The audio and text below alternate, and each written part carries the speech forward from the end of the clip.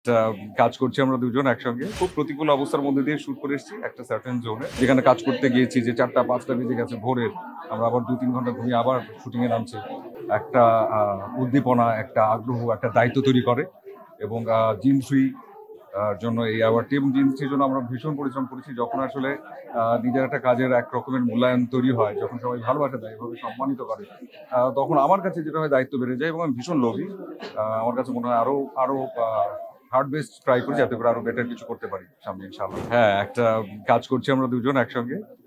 এটাও ভীষণ পরিশ্রমের কাজ। আমরা বেশ কিছু দূর কাজ করে ফেলেছি।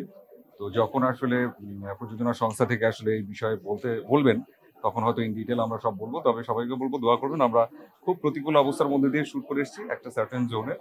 আর বাকি কাজগুলো চলছে এবং আশা করছি দর্শকদের ভালো লাগবে ইনশাআল্লাহ, এটা আমি বিশ্বাস করি। কারণ সবাই খুব সৎ থেকে সবাই খুব পরিশ্রম করে কাজ করছে। এমন হয়েছে যেখানে কাজ করতে গিয়েছি যে 4টা-5টা বেজে গেছে ভোরের। আমরা আবার 2-3 ঘন্টা ঘুমিয়ে আবার শুটিং এ নামছি।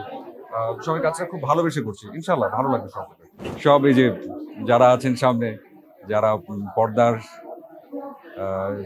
পেছনে থাকেন, যারা দর্শক, তাদের ভালোবাসা, দোয়া এবং সবচেয়ে বেশি ইম্পর্টেন্ট পার্ট হচ্ছে আল্লাহর রহমত।